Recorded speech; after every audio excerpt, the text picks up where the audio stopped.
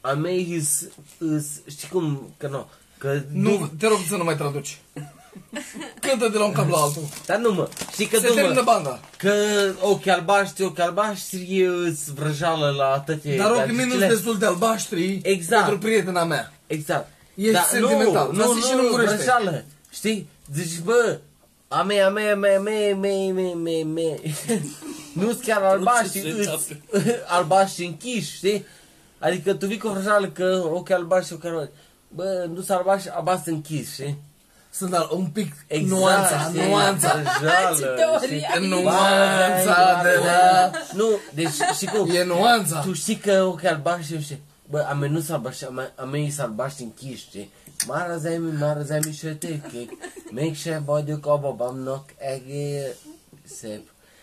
Deci chiar... Nu sunt destul... Exact. Nu sunt destul de albaștri pentru prietena mea. De ce oare? A mei nu sunt albaștri, ai mei, mult mai albaștri. E plural. A mei sunt mult mai albaștri. Da. Și totuși prietena mea își pune întrebare că... E nemulțumită, nu satisface de destul de albaștri. Eu aceeași problemă o am cu penisul. Nu e destul de mare, dar românește, înțelegi?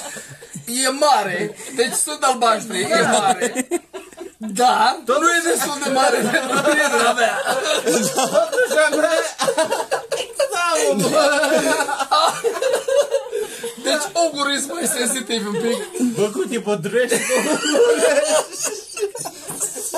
Adică nu se aude așa fermoarul, știi? Totuși a mea e cea mai mare. Da, eu iau ăștia cu mâini mici.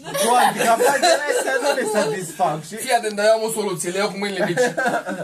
Tu ce faci cu ochii albaștri? Nu, marazani mișete.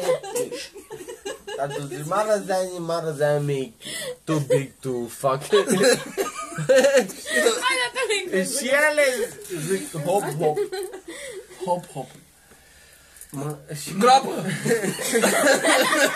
Groapă, pulă! Gata! Hai, groapă! Să nu vomiți! Nu groapă, lasă-mă pulă și bă tu mâine.